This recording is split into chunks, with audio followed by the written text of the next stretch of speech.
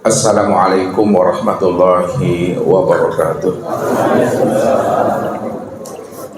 Alhamdulillah, alhamdulillahilladzi nawwara qulubana binuri ma'rifati wal yaqin wa adkhilna ma'al awliya'i wassalihin. Wassalatu wassalamu ala sayyidina Muhammadin nabiyyi sayyidil mursalin wa ala alihi wa sahbihi rasulillahi ajma'in. Waqala Allah Ta'ala fil Qur'anil Karim, A'udzu billahi minasyaitonir rajim. Bismillahirrahmanirrahim. Sanurihim ayatina fil afaq wa fi anfusihim hatta yatabayyana lahum annahu al-haq. Balil insanu ala nafsihi basyirah. Wa'lamu anna fikum Rasulullah. Sadaqallahul azim. Bapak Ibu, saudara-saudara dan anak-anak kami jamaah tauhid yang dirahmati Allah. Sebagai seorang arif billah yang telah memiliki keimanan yang isbatul yakin, tentu dengan keimanan yang isbatul yakin yang sudah tertanam, tertancap di dalam rahasia hakikat dirinya, disitulah ia meyakini bahwa Allah itu wajibal wujud, Allah itu wajib ada. Jikalaulah Allah itu wajibal wujud, wajib ada, maka disitulah Allah itu dikatakan wahdatul wujud, wujud yang tunggal, wujud yang esa, wujud yang ahad. Wujud yang tunggal, esa dan ahad itu artinya bahwa dirinya cuma yang ada semata-mata. Jikalaulah dirinya cuma yang ada semata-mata, itu maknanya bahwa segala yang wujud, segala yang ada dalam bentuk rupa yang berbeda, wujud yang lain, itu hakikatnya adalah tajalli, bahagia untuk memandang akan kewujudan dan kezahiran akan dirinya. Jikalau segala yang ada dan yang wujud ini untuk melihat tajalli kenyataan wujud kezahiran dirinya, disitulah maknanya bahwa diri yang wahdatul wujud itu bikulli syai'in muhit, dia meliputi akan segala sesuatu, karena segala sesuatu itu adalah kenyataan daripada dirinya.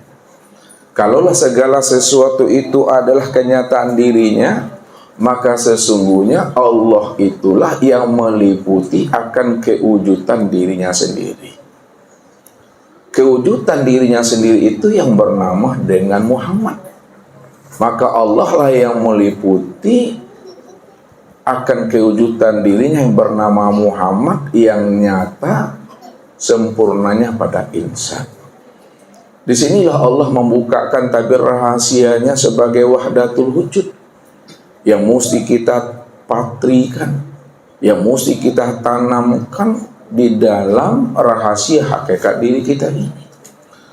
Dan ini pula yang kita coba malam ini untuk memahami lebih dalam, supaya kita paham bahwa dirinya cuma yang ada semata-mata. Kalau dirinya cuma yang ada semata-mata dan selain dirinya tidak ada, maka di situ kita tidak boleh menyanding-jandikan Allah itu dengan sesuatu. Bagaimana mungkin Bapak Ibu akan menyandingkan Allah dengan sesuatu, padahal segala sesuatu itu adalah wujud kenyataan dirinya. Karena dirinya cuma yang tunggal, yang esa semata-mata.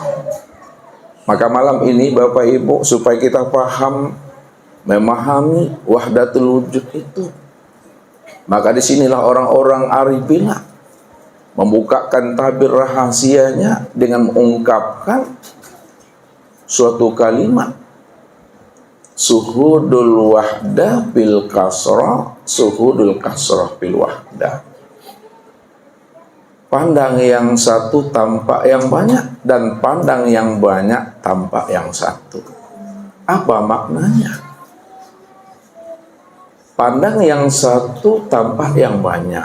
Itu maknanya karena Allah itu yang wahdatul wujud, dia cuma yang tunggal, maka Allah itulah sebenar-benarnya yang nyata pada segala yang ada ini, dalam bentuk rupa yang berbeda, wujud yang lain. Suhudul kasrah bil wahdah, bahwa segala yang wujud, segala yang ada ini, inilah kenyataan daripada wujud diri yang sendiri. Kalaulah segala yang ada ini, segala yang wujud ini adalah kenyataan akan dirinya sendiri, maka patrikanlah di dalam rahasia hakikat diri kita ini bahwa segala yang ada ini, inilah dirinya yang sebenar-benarnya. Namun kesempurnaan dirinya yang sebenar-benarnya pada segala yang ada ini yang disebut namanya dengan insan. Nah, siapa insan? Insan itu adalah rahasiaku, dan akulah yang menjadi rahasia diri insan itu. Maka siapa yang kenal, memahami akan rahasia dirinya insan itu, pasti dia kenal dengan aku, karena akulah sebenarnya yang insan itu. Al insanu sirri wa ana sirruhu. Begitulah kita mesti memahami akan kewujudan dan kenyataan Allah itu, yang wujud dan nyata senyata-nyatanya pada segala yang ada ini. Kalau mata ini mampu memandang yang nyata, mata ini mampu memandang yang wujud, maka Allah itu, kata Ustadz, lebih nyata dan lebih wujud lagi dibanding apa yang dilihat oleh mata ini. Kalaulah meja ini nyata dan wujud, maka Allah itu lebih nyata dan lebih wujud lagi dibandingkan nyata dan wujudnya meja ini. Jikalaulah diri kita ini nyata dan wujud, maka Allah itu lebih nyata dan lebih wujud lagi dibandingkan nyata dan wujudnya diri kita ini. Maka disitulah letak rahasianya, bahwa segala sesuatu yang ada ini, yang disebut namanya dengan alam, bahasa syariatnya, tidak mampu menghijab, tidak mampu mendindingi akan kewujudan Allah itu, karena Allah itu lebih nyata dari segala yang ada ini, karena dialah yang bikulli syai'in muhit. Jadi untuk jelas dan pahamnya kita Bapak Ibu, kita coba untuk menuangkannya di dalam papan tulis ini, sehingga kita ini benar-benar paham, benar-benar mengerti kita. Sebelum habisnya usia umur kita ini, kita dah khatam gaji ini hendaknya Bapak Ibu. Allah menjelaskan akan rahasia dirinya ini kepada kita. Ya, kata Allah, huwal awalu wal akhiru wa zahir wal batin. Karena Allah cuma yang tunggal, Allah cuma yang wujud, yang dikatakan namanya wahdatul wujud, yang wujud semata-mata, tidak ada wujud yang lain. Maka disitulah Allah sebagai wahdatul wujud itu menjelaskan bahwa dirinya itu yang dikatakan namanya diri yang awal. Maksudnya apa? Allah itulah yang wujud sebelum adanya segala yang wujud ini. Sebelum adanya segala yang wujud ini, dirinya lah yang wujud semata-mata. Karena dirinya yang wujud semata-mata yang dikatakan mutlak, disitulah dia menjelaskan bahwa dirinya itulah yang katakan diri yang awal. Huwal awalu. Apa maknanya diri yang awal? Awalnya itu maksudnya tidak ada permulaannya. Awalnya itu tidak ada ujungnya. Walaupun dia diri yang awal, diri yang tunggal, diri yang esa, Namun tunggal esa dan awalnya diri kita itu tidak ada permulaannya. Dia qiyamuhu binafsihi. Dia ada dengan sendirinya. Jadi adanya Allah, wujudnya Allah tidak pernah ada karena adanya alam.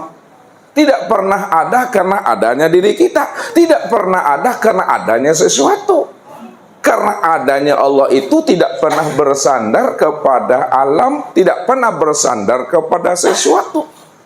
Bahkan segala sesuatu, segala alam, segala yang wujud, itu tiada lain adalah kenyataan diriku yang awal itu. Disitulah letaknya bahwa Allah itu betul-betul wujud mutlak.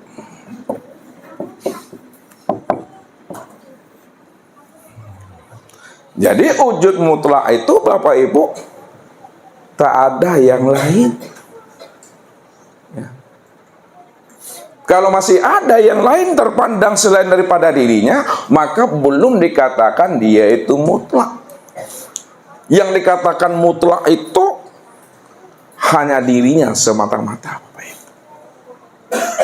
Nah, di situ letaknya dia menjelaskan dirinya yang awal. Yang kedua, dia juga menjelaskan bahwa dirinya itu adalah yang akhir. Wal akhiru. Walaupun Allah itu menjelaskan dirinya yang akhir, tapi akhirnya diri Allah itu tidak ada namanya kesudahannya. Tidak ada namanya pangkalnya. Karena dia cuma yang ada. Maka dialah yang dikatakan yang awal dan dia pula dikatakan yang akhir. Bahkan untuk melihat dan menyaksikan yang awal itu, lihat dan saksikanlah yang awal itu pada yang akhir itu. Karena yang akhir itulah sebenarnya kenyataan diri yang awal itu sebenarnya. Dan dia juga menjelaskan kepada kita waz-zahiru. Dia itu adalah diri yang zahir. Diri yang zahir itu adalah diri yang nyata. Kalau dia adalah diri yang nyata, lalu bagaimana zahirnya? Bagaimana nyatanya? Zahir dan nyatanya Allah itu tiada berbentuk dan berupa. Namun segala bentuk dan rupa itu juga kenyataan daripada dirinya sendiri. Kenapa segala bentuk dan rupa itu kenyataan daripada dirinya sendiri? Karena dia cuma yang ada semata-mata. Dialah yang dikatakan namanya dengan wahdatul wujud.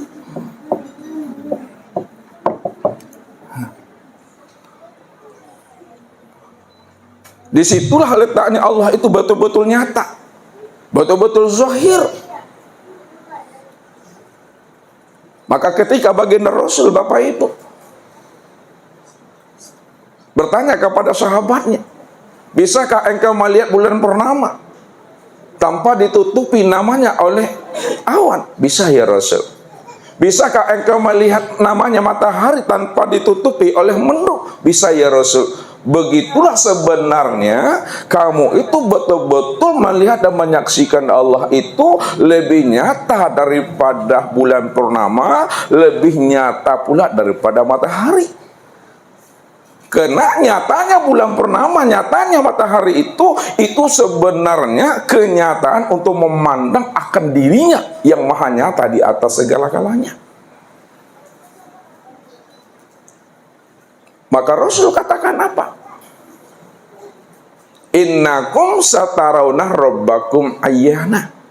Kamu pasti mampu memandang dan menyaksikan Allah itu betul-betul nyata senyata-nyatanya.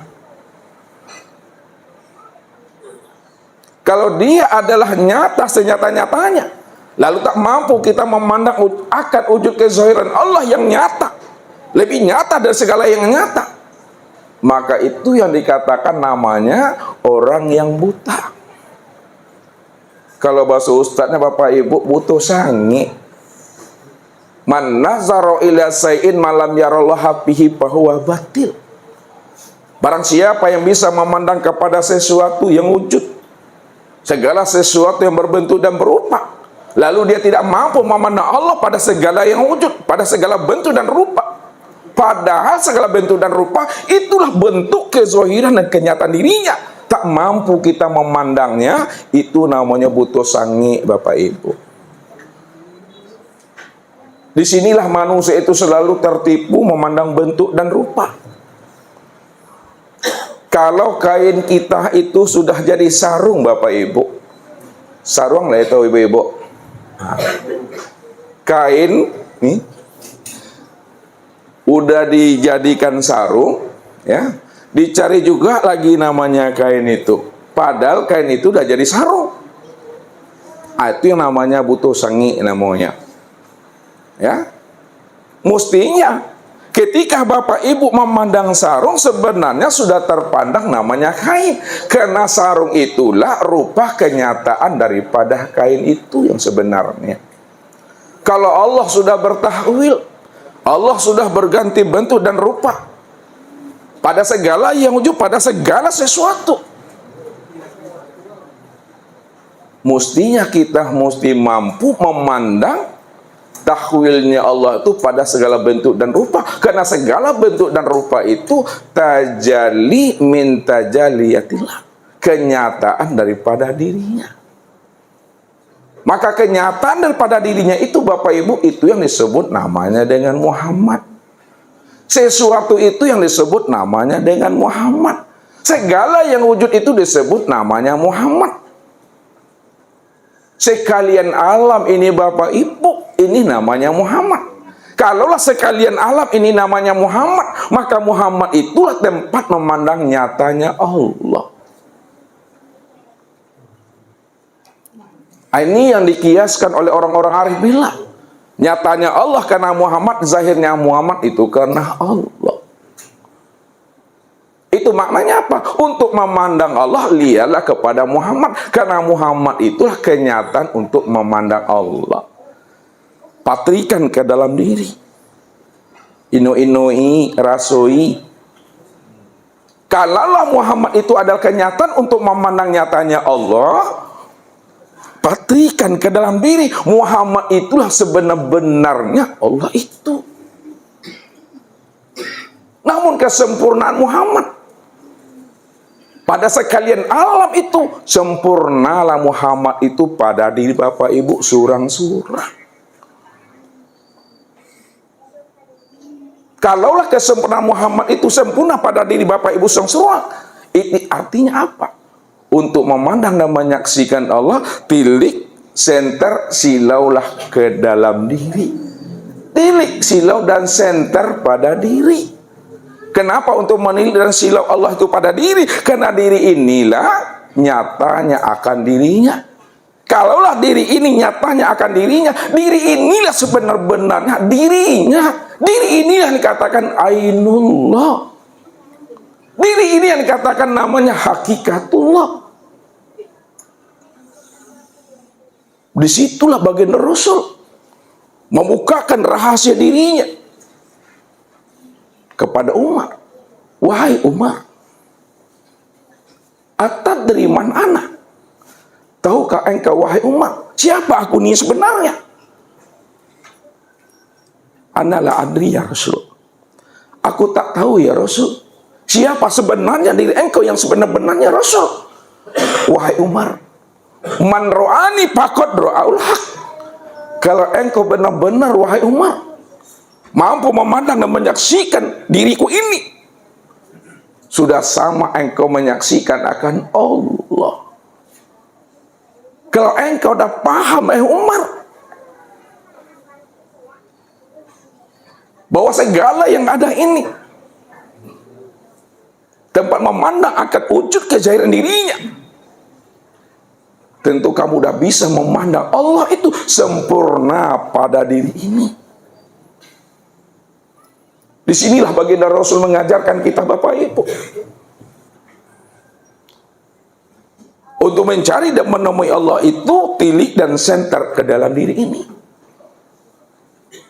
Man tolabal maula bi gharin nafsin faqad dola lan baida. Barang siapa yang ingin mencari dan menemui Allah keluar dirinya, kayak hutan belantara, kayak gunung-gunung, kayak gua, pasti dia tidak akan pernah bisa menemui Allah itu kayak gunung, kayak gua. Tapi siapa yang mau menemui Allah itu pada dirinya, insya Allah, maka Tuhan yang dia cari itu betul-betul telah nyata sebelum nyatanya akan dirinya itu. Karena dirinya itulah diri yang awal. Maka orang yang arif billah, Bapak Ibu, selalu membukakan rahasia-rahasia itu dengan kias. Kok le pandai Bapak Ibu mencari Tuhan. Alun dikakok, alun diawai, alun diresik latarasonya tuh mak. Alun dibuka matu ala nyatonya Bapak Ibu. Belum dihidupkan lilin tuh lagi sudah terang. Cahaya itu dalam pandangan hatinya. Maka terangnya Allah tidak menyilaukan pandangan hati. Begitu hati itu memandangnya. Maka tiliklah aku, lihatlah aku dalam pandangan hatimu. Zohirun Robbi fi batni abdi. Nyatanya aku itu. Zohirnya aku itu, wujudnya aku itu. Yang terang, yang nyata, senyata-nyatanya itu dalam pandangan hatimu. Kalau kita telah bisa memandang Allah itu dalam pandangan hati kita, maka disitulah Allah membukakan rahasia itu. Maka zabal fuad maro'a. Hati Bapak Ibu tidak akan pernah bohong apa yang dipandangnya. Karena yang memandang dengan yang dipandang itu tiada lain esa juga wujudnya. Satu juga orangnya. Kenapa esa wujudnya satu juga orangnya? Karena dialah yang dikatakan wujud mutlak. Dialah yang dikatakan namanya wahdatul wujud. Dia yang ada semata-mata Bapak Ibu. Tidak ada diri yang lain.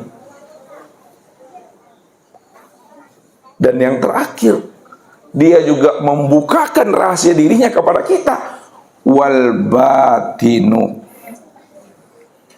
Dia itu batin. Walaupun batin itu maknanya tersembunyi, namun hakikatnya dia terang, dia nyata pada segala yang ada ini.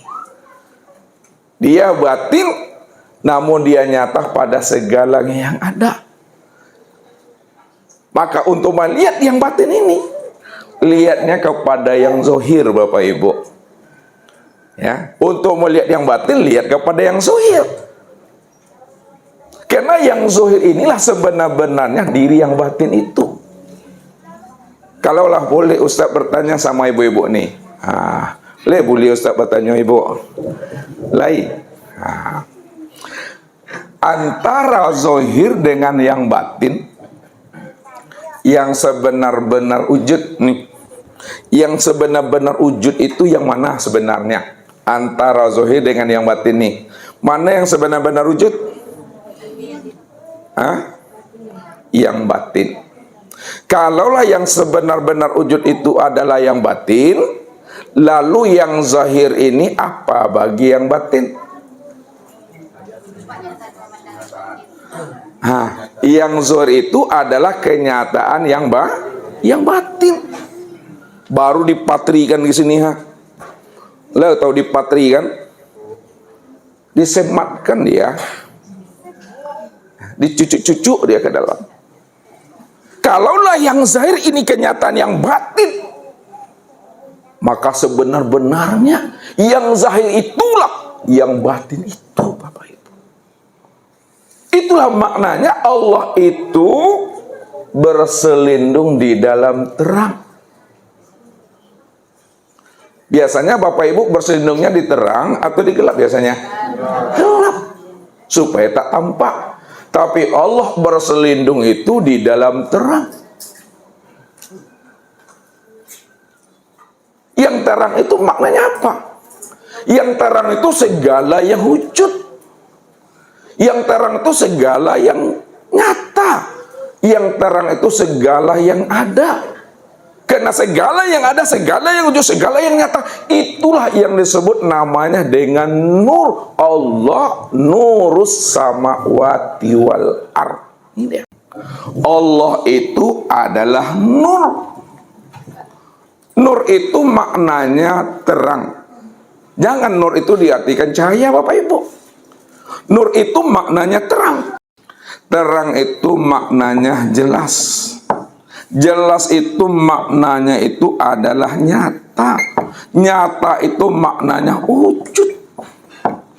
Maka segala yang wujud, segala yang nyata, segala yang jelas, segala yang terang, itu adalah nur. Siapa nur tuh? Nur itu aku, kata Allah.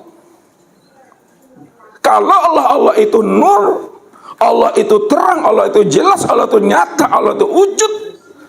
Maka nyata, terang, dan wujudnya Allah itu sudah nyata pada langit dan bumi. Rupanya Bapak Ibu, sekalian alam semesta, langit dan bumi, itulah sebenarnya nyatanya wujud Allah itu. Sekalian langit dan bumi itulah sebenarnya nyatanya Allah itu. Sekalian langit dan bumi itulah sebenarnya jelas dan terangnya Allah itu. Karena dirinya lah yang wujud bikulli syai'in muhit. Dirinya lah yang wujud pada segala sesuatu. Kalaulah dirinya itu wujud pada segala sesuatu, padahal segala sesuatu itu tiada lain adalah kenyataan untuk memandang dirinya.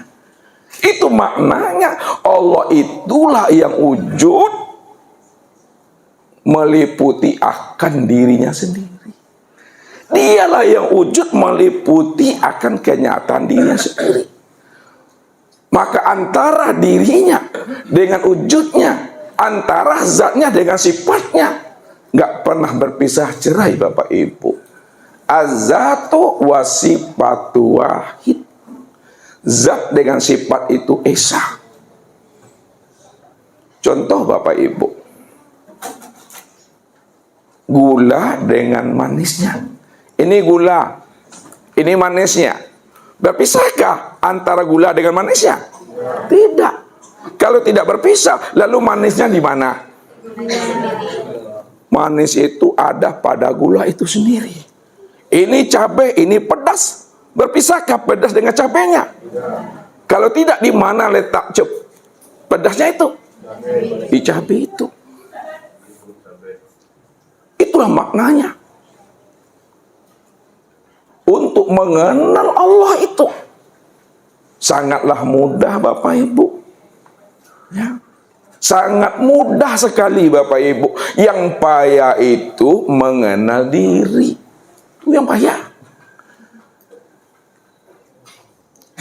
Di mana letaknya yang mudah itu mengenal Allah. Dan di mana letaknya yang sulit itu mengenal diri. Sebab kuncinya, man arafa nafsahu faqad arafa rabbahu. Barang siapa yang kenal akan dirinya, pasti dia kenal akan Tuhannya. Karena diri inilah sebenarnya tempat memandang nyatanya Allah itu, karena dia cuma yang ada. Maka siapa yang telah kenal akan Tuhannya, man arafa rabbahu, siapa yang telah kenal dengan Allah, dialah yang awal, dia yang akhir, dia yang zahir, dia yang batin, yang sempurna pada diri. Ketika diri ini telah mengenal seakmal diri, ketika diri ini telah mengenal sejatinya diri, fasadal jasad, maka karam diri Bapak Ibu, hilang diri Bapak Ibu, lebur diri Bapak Ibu. Apa maksudnya karam, hilang, lebur diri Bapak Ibu? Padahal diri Bapak Ibu tuh ada di majelis ini. Bukan karamnya diri yang zahir ini, bukan hilangnya diri yang zahir ini, bukan fananya diri yang zahir ini. Lalu apa makna karam? Apa maknanya lebur? Apa maknanya fana? Apa maknanya hilang? Hilang lebur, fana itu maksudnya fana keakuan dirimu yang merasa dirimu itu yang wujud. Fana lebur itu maksudnya fana dan leburlah akan keakuan dirimu yang merasa dirimu itu yang hidup. Kalau diri kita ini telah fana akan keakuan diri kita, tak ada diri kita lagi merasa diri kita ini yang bersifat wujud. Tak ada lagi diri kita yang merasa diri kita yang ada. Maka yang bersifat wujud, yang bersifat ada itu tiada lain adalah Allah. Karena Allah itulah wujud yang mutlak. Allah itu yang katakan wahdatul wujud, wujud yang tunggal. Kalau dia adalah wujud yang mutlak, dia adalah wujud yang tunggal, maka siapa yang hayat itu? Yang hayat itu ya dia. Kalau dia adalah yang hayat, lalu siapa yang sama? Yang sama itu juga dia. Lalu siapa yang dikatakan basor?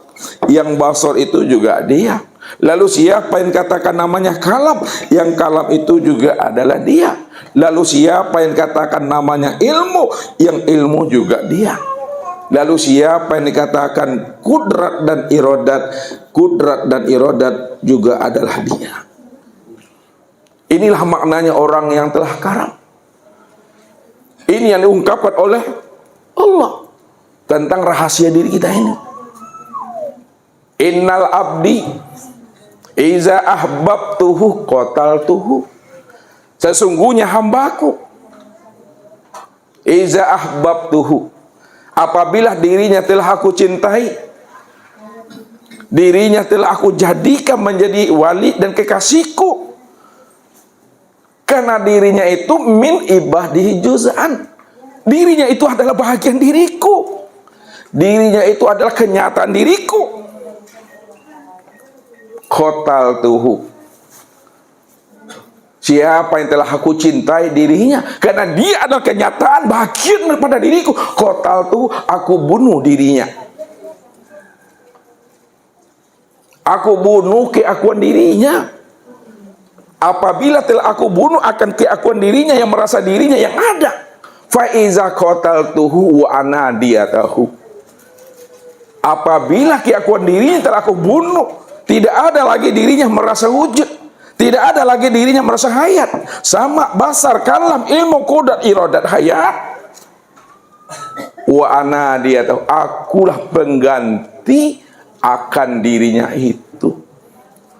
Rupanya kesempurnaan tiada itu adalah ada.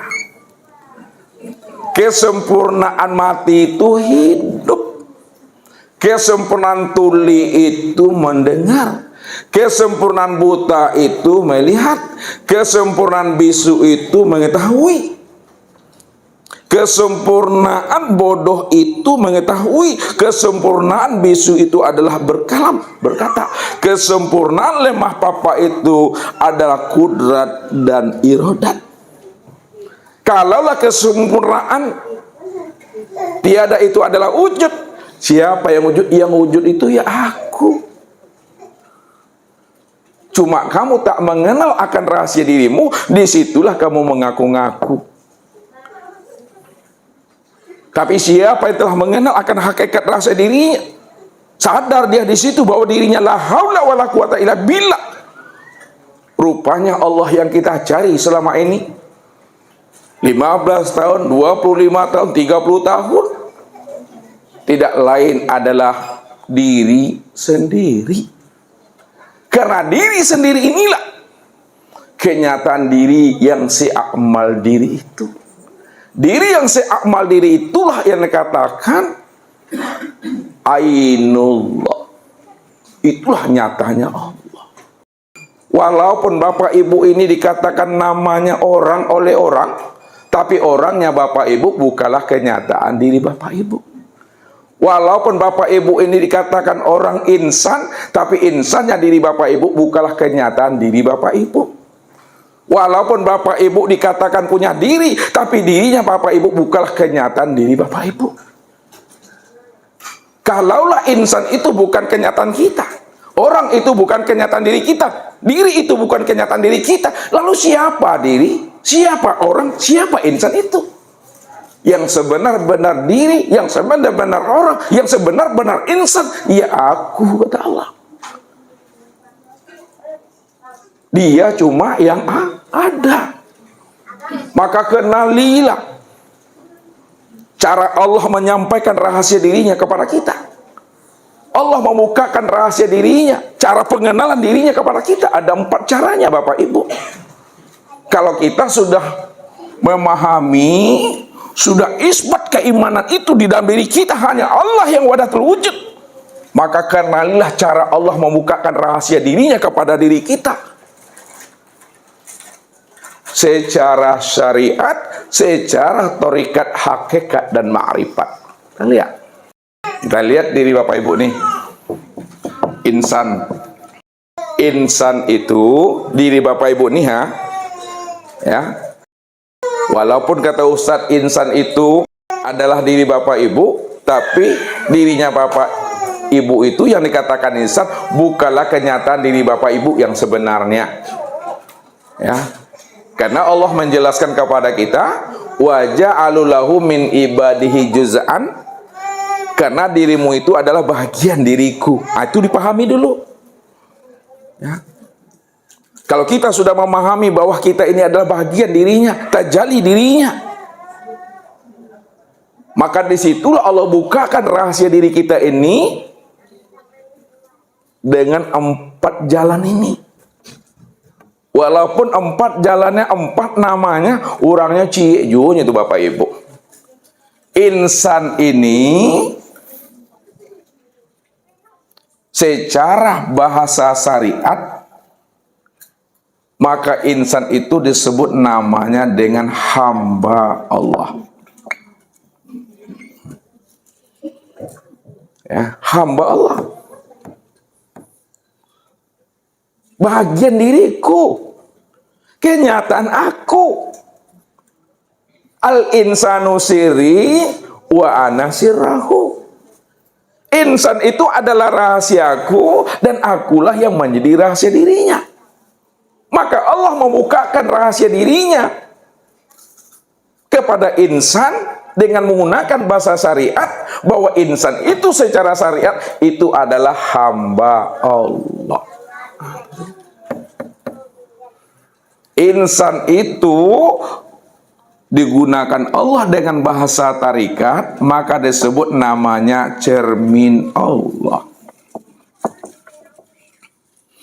atau bayang-bayang Allah. Hamba Allah dalam bahasa syariatnya, cermin Allah dalam bahasa tarikatnya. Insan itu dalam bahasa hakikatnya, ini yang disebut namanya wujud Allah atau kenyataan Allah atau tajalli Allah atau penampakan Allah atau kezahiran Allah. Sedangkan insan ini dengan bahasa ma'rifatnya itu tiada lain adalah Allah. Tiada lain Allah. Kalaulah insan itu tiada lain adalah Allah, pilih ke dalam diri, center ke dalam diri, ino ipati ke dalam diri, bahwa insan itulah yang sebenar-benarnya Allah itu.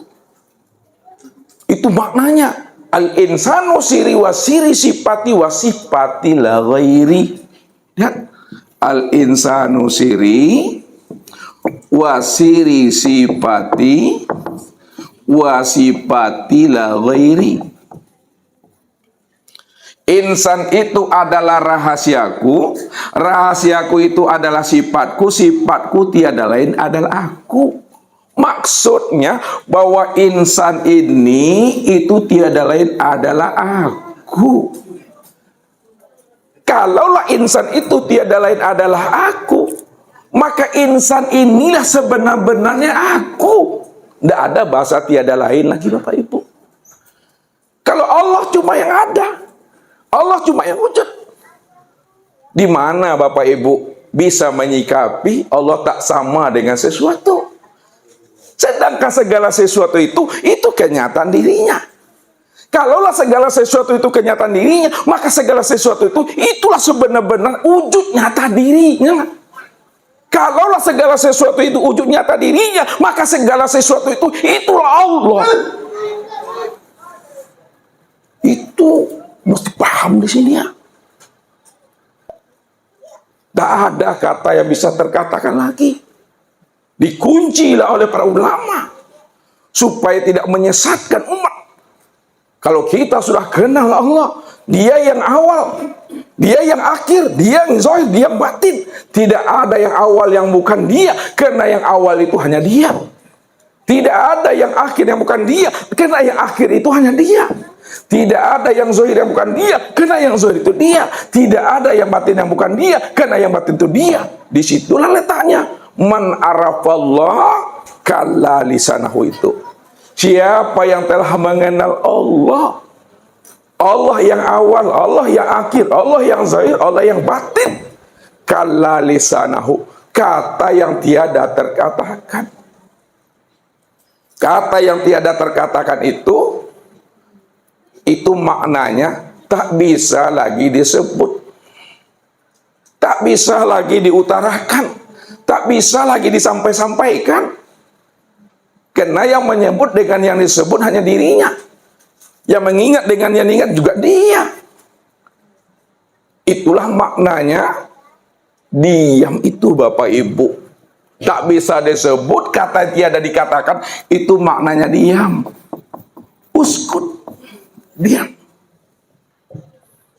Diam itulah maknanya daim tuh, yang berkekalan di dalam wujud keesaan dirinya. Diam yang bagaimana Bapak Ibu? Apakah diam yang tiada berkata-kata? Diam tiada berucap? Bukan diam dalam arti bahasa, tapi diam dalam arti makna yang hakiki. Diam itu maknanya adalah paham. Paham di dalam kesadaran. Itulah yang dikatakan sadar sesadar-sadarnya bahwa Dialah yang dikatakan wahdatul wujud. Sadar sesadar-sadarnya Dialah yang mutlak. Sadar sesadar-sadarnya yang awal dan yang akhir, di tengah-tengah juga Dia. Yang zahir dan yang batin, di tengah-tengah juga Dia. Itulah maknanya. Kenapa Nabi itu menyaksikan Allah itu pada Sidratul Muntaha? Sidratul Muntaha. Sidro itu artinya sadar. Muntaha ini tinggi. Muntah. Allah dimakan itu muntah. Penghabisan. Kesadaran yang tertinggi. Kesadaran penghabisan. Apa maksudnya kesadaran yang tertinggi, kesadaran penghabisan? Tidak ada lain lagi pada alam, pada diri, di luar dan di dalam, zahir dan batin, awal akhir, hanya Dia semata-mata. Ini yang dikatakan namanya sapicing sebelum mati, sedetik sebelum pulang tuh. Belum detak jantung itu berhenti, belum nafas itu hapus, lenyap, belum telinga ini tuli, belum mata ini buta, belum akal ini hilang. Di mana Bapak Ibu sudah paham dan mengerti bahwa Dialah yang awal, akhir, zahir dan batin itu sempurna pada diri Bapak Ibu nia. Pegang itu sampai mati. Kalau Bapak Ibu pegang itu sampai mati, memegangnya dengan isbatul yakin, maka diri Bapak Ibu itulah yang dikatakan diri yang berkulima. Diri yang berkulima itu telah terang dan nyata nyata sejelas-jelasnya Allah itu zahir dan batin pada diri insan ini. Kalau telah terang dan nyata Allah itu pada diri insan, maka disebutlah Bapak Ibu itu wujudullah, kenyataan Allah secara makna hakikatnya. Tapi secara ma'rifatnya, diri Bapak Ibu itulah tiada lain adalah Allah. Kalaulah diri Bapak Ibu tiada lain adalah Allah, maka diri Bapak Ibu itulah sebenarnya aku. Tapi setelah paham, jangan ngaku-ngaku Bapak Ibu. Ngaku-ngakunya di Fir'aun 2023, Pak. Belajar ilmu ma'rifat, bukan ingin jadi Allah. Belajar ilmu ma'rifat bukan ingin ngaku-ngaku Allah. Belajar ilmu ma'rifat bukan ingin merampok hak Allah. Belajar ilmu ma'rifat bukan menyanding-nyandingkan diri dengan Allah. Tapi belajar ilmu ma'rifat untuk mengenal dan memahami Allah lah yang wujud. Allah lah yang awal. Dialah diri yang awal, dia diri yang akhir, dia diri yang zahir, dia diri yang batin. Disitulah Bapak Ibu sadar bahwa diri Bapak Ibu di hadapan Allah la haula wa la quwata illa billah.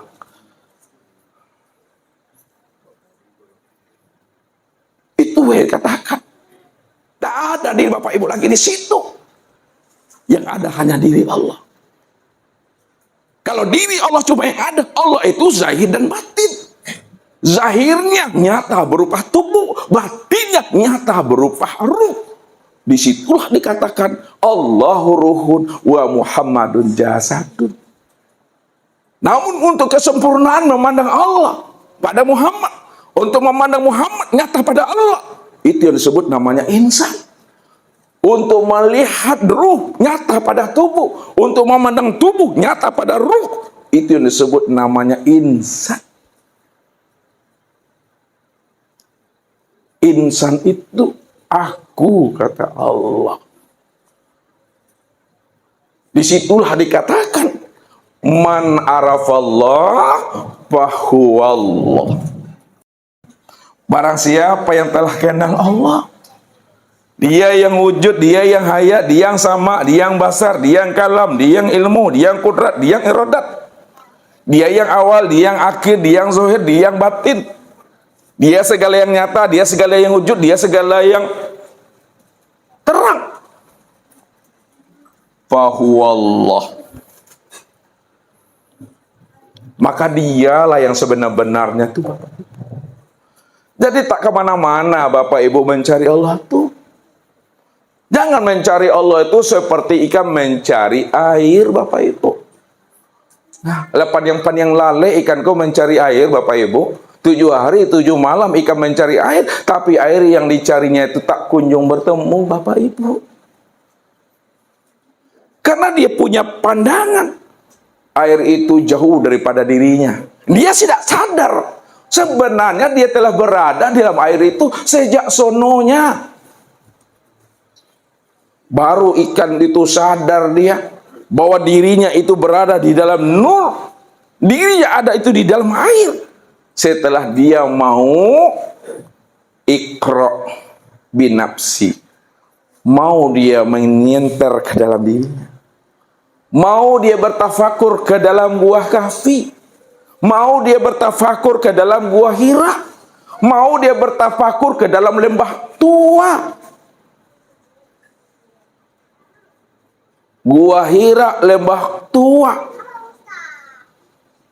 gua Kapi, tiada lain sempurna pada diri Bapak Ibu masing-masing.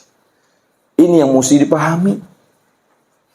Makanya orang-orang arif bilang selalu menghantarkan diri kita ini untuk menilik dan menyilau Allah itu jangan keluar diri, silau dan tilik ke dalam diri. Baca alam pada diri, baca diri di dalam diri. Di dalam diri ada diri, di dalam diri ada rahasia diri. Di dalam rahasia diri itulah aku berdiri dengan sendirinya. Tak ada siapa-siapa di situ. Ini yang dikatakan Allah. Wa fi anfusikum afala tubsirun. Awalam yatafakkaru fi anfusihim. Kenapa tidak kamu pahami dirimu?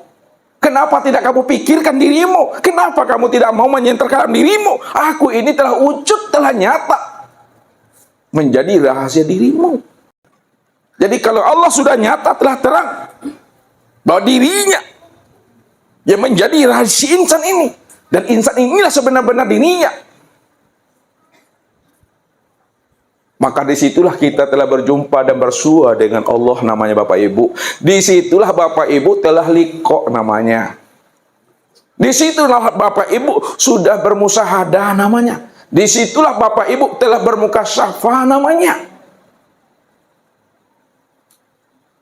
Kalaulah Bapak Ibu sudah liqa, Bapak Ibu telah bermusahadah, Bapak Ibu telah bermukasyafah, maka tidak ada lagi bahasa liqa. Tak ada lagi bahasa musyahadah, tak ada lagi bahasa mukasyafah.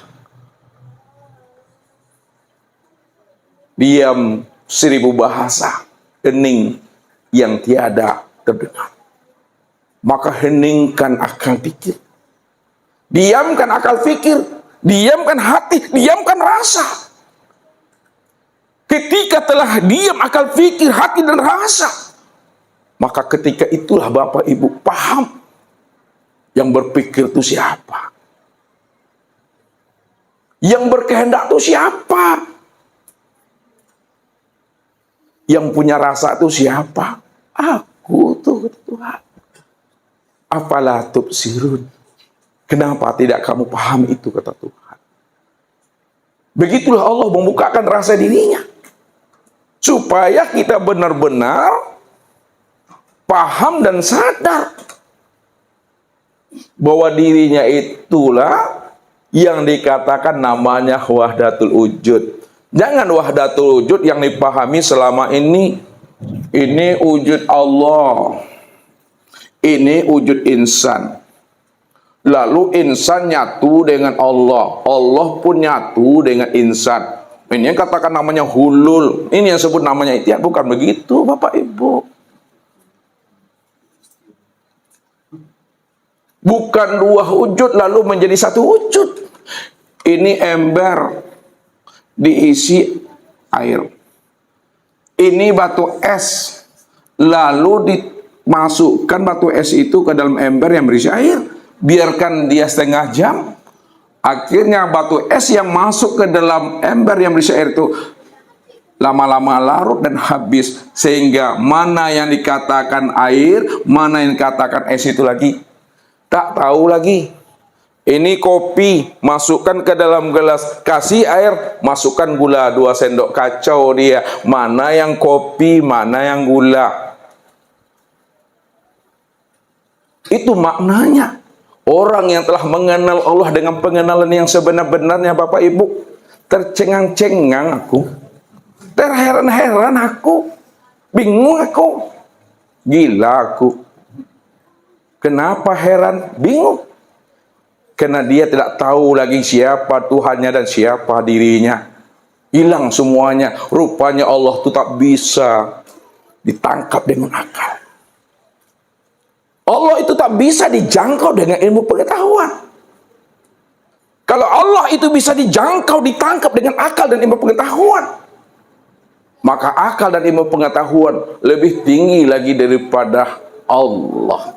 Sedangkan akal dan pengetahuan itu anugerah Allah.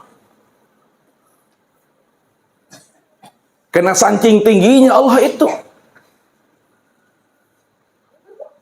tidak bisa dijangkau akal, tak bisa dicerna dengan ilmu pengetahuan. Maka disitulah dia menamai yang tak bisa ditangkap oleh akal, yang tak bisa dianalisa dengan ilmu. Disitulah dia menamai dirinya Allah. Hal ta'lamu lahu samiyan. Adakah nama yang lebih agung lagi, yang membuat kamu heran dan tercengang-cengang melihat diriku? Itu tiada lain adalah Allah. Itulah nama yang paling sempurna. Ya, di mana letak sempurnanya? Kita lihat kalau kita bermain asma, Tapi bukan asma itu Allah. Nah, siapa yang bertuhan dengan Allah, maka itu kafir. Simak kata Ustaz Elelo. Siapa yang bertuhan kepada Allah kafir. Lihat. Apakah tulisan Allah itu Allah? Tidak. Ini yang Ustaz maksud. Jadi agak tarang tengok saya Bapak Ibu dibuka saya jalan lo kalau lalu beku kami talkinkan sama-sama. Lupa bangok mati makanya jangan lupa bangok. Dirasoi turun naik ya. Mencari yang hidup. Ya, mencari yang itu rasoi yang turun naik kau Bapak Ibu. Coba rasoi ini. Kalau nak do rasoi swantale pai rumah. Siapa yang bertuhan kepada Allah kafir. Man abdal asma dunal makna bahwa kafir. Siapa yang menyembah nama bertuhan kepada nama huruf alif lam lam ha itu adalah suatu kekafiran. Kalau Allah sudah mengatakan diri kita itu kafir melalui nabinya, maka pantaslah Allah mengatakan waquduhan nasu wal hijarah uiddat lil kafirin. Rupanya bahan bakar neraka jahanam itu adalah manusia dan batu bagi orang yang kafir. Kafir itu maknanya tertutup. Apanya yang tertutup dan tertutup dari apa? Yang tertutup itu adalah hatinya daripada mengenal Allah. Orang yang tidak mengenal Allah dalam hidupnya itu adalah kafir. Ini yang Allah jelaskan dalam surat Bani Israil ayat 72 itu. Wa man kana fi hazil aqma fa huwa fil akhirati aqma wa adall sabila. Barang siapa yang buta di dunia, aku pastikan dia buta di akhirat. Wa adall sabila. Maka dia tersesat kata Allah. Kalau Allah mengatakan orang yang buta itu adalah orang yang tersesat di akhirat nanti, buta yang bagaimana yang dimaksudkan? Apakah buta mata zahir yang ada di kepala ini, atau butanya mata hati yang ada di dalam dada? Ini yang dijelaskan Allah dalam surah Al-Hajj ayat 46. Fa innaha la ta'mal absar walakin ta'mal qulub allati fis-sudur. Sesungguhnya yang aku katakan buta itu kata Allah, bukanlah buta mata zahirmu yang ada di kepala ini. Bukan buta mata luar, tapi butanya mata hatimu yang ada di dalam rongga dadamu. Itulah orang yang sesat. Orang yang sesat itu tempatnya neraka. Kalaulah orang yang buta mata hatinya itu orang yang sesat dan neraka, buta mata hati yang bagaimana maksudnya? Maksudnya orang yang buta mata hati itu Bapak Ibu, siapa yang tidak mengenal aku di waktu hidupnya, maka di waktu matinya dia juga tak pernah mengenal aku. Siapa yang tidak mengenal aku di dunia ini, di akhirat dia juga tidak mengenal aku. Siapa yang tidak mengenal aku, yang wujud dan nyata pada dirinya, si nyata-nyatanya, maka dia tidak akan pernah mengenal aku di luar dirinya. Wa adallun sabilah, itulah orang yang tersesat. Itulah hakikat Dajjal. Orang yang buta mata hatinya. Jadi Dajjal itu jangan dibilang mata satu, matanya dua. Cuma mata hatinya tak difungsikannya. Ketika mata hatinya tidak berfungsi, buta mengenal Allah, buta mengenal yang hak, buta mengenal dirinya, itu yang Dajjal. Tapi kalau dia bisa memfungsikan mata zahir dan mata batinnya, itu yang disebut namanya Dajjal. Itu yang disebut namanya Imam Mahdi secara makna hakikat. Suami Mahdi, istri Mahdi, anak Mahdi. Mahdi itu artinya orang mendapat hidayah. Suami mendapat hidayah, istri mendapat hidayah, anak mendapat hidayah. Suami Mahdi, istri Mahdi, anak Mahdi. Di antara tiga beranak itu ada imamnya, itu yang suami. Suami itu yang katakan Imam Mahdi bagi anak dan istrinya. Tak ada bininya, cuma dirinya yang sendiri. Jomblo fisabilillah, dialah yang Imam Mahdi bagi dirinya sendiri. Rupanya Imam Mahdi dengan Dajjal itu sabaliduan itu. Beti itu Bapak Ibu beda tipis. Ini cerita Imam Mahdi, Imam Mahdi. Imam Mahdi itu mau sampai puluh lah lewat, sampai puluh sampai satu anak Imam Mahdi lah dah. Pahami makna hakikat. Matinya Bapak Ibu kalau pahami Imam Mahdi secara syariat, tidak akan pernah bersobok-sobok Bapak Ibu. Imam Mahdi itu orang yang mendapat petunjuk, orang mendapat hidayah. Bapak Ibu mendapat petunjuk, mendapat hidayah, kenal dirinya, kenal Tuhannya, maka Bapak Ibu itu disebut Mahdi. Anak mendapat petunjuk, anak mendapat hidayah, maka anak itu disebut Mahdi. Namun di antara ayah, ibu, anak yang menjadi imamnya itu adalah ayah dalam keluarga, maka ayah itulah Imam Mahdi dalam keluarganya. Itu maksud Ustadz. Itu yang terang. Pandangan zohirnya, terang pula pandangan batinnya. Ketika dia sadar bahwa dirinya hakikatnya tidak ada, lalu siapa sebenarnya hakikat Imam Mahdi itu? Hakikat Imam Mahdi itu ya aku, kata Allah. Karena akulah sumber cahaya, akulah sumber petunjuk. Akulah yang bisa memberikan hidayah dan petunjuk, kata Allah. Maka Imam Mahdi itu ya aku. Nyata sempurnanya pada diri insan Bapak Ibu. Kebalikannya, orang yang tak mampu mengenal Tuhannya, tak mampu mengenal akan dirinya, itulah hakikat Dajjal itu. Mata satu itu yang sebenarnya. Walaupun matanya ini zahir sempurna, tapi ketika dia tidak mampu memandang dirinya, siapa dirinya?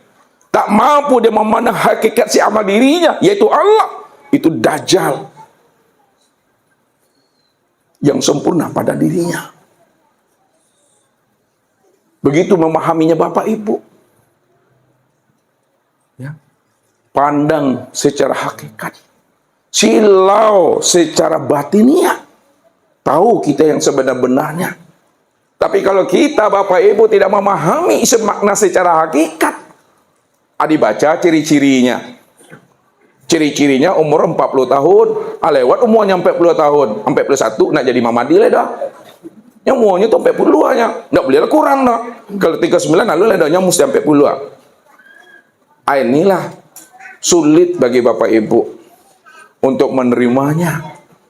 Akhirnya Imam Mahdi itu dalam pandang kita berarti tidak bertambah umur dah, mudah taruhnya 40. Tapi pahami makna hakikat, ya, zahir dan batin. Imam Mahdi itu ya ada, Dajjal itu ya ada. Imam Mahdi turun nanti bersama Isa membunuh babi-babi. Apa itu kerajaan membunuh babi? Babi yang mana yang dibunuhnya Bapak Ibu? Bukan babi yang berkaki 4. Tidak ada namanya PBB dah, Persatuan Buruh Babi. Yang dibunuhnya oleh Imam Mahdi dengan Isa itu bukan babi yang berkaki 4, tapi babi yang berkaki 2. Babi yang berkaki 2 itu, itulah diri manusia yang memiliki sifat babi, congok, lobo, rakus, tamak. Itu yang dibunuhnya.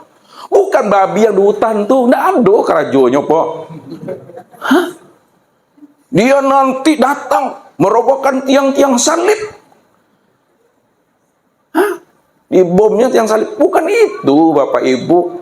Dia datang ke muka bumi ini setelah dibunuh sifat babi yang ada di manusia, sifat tamak, rakus dan lobo itu dibunuhnya dan dirobohkannya lah tiang-tiang salib. Maksudnya tiang salib yang dirobohkannya itu adalah sifat kemusyrikan yang sudah berurat, berakar, tertanam di dalam hati. Itu yang dirobohkannya. Bukan yang salib di gereja itu, Bapak Ibu, bangilah orang Nasraninya. Jadi kenali hakikat diri itu, pandang dengan yang batin. Ini yang pesan Tuhan tuh. Ya'lamuna zahira minal hayatid dunya wa hum 'anil akhirati hum ghafilun.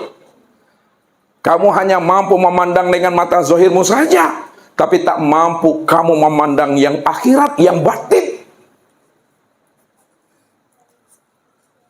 Maka itulah orang yang lalai.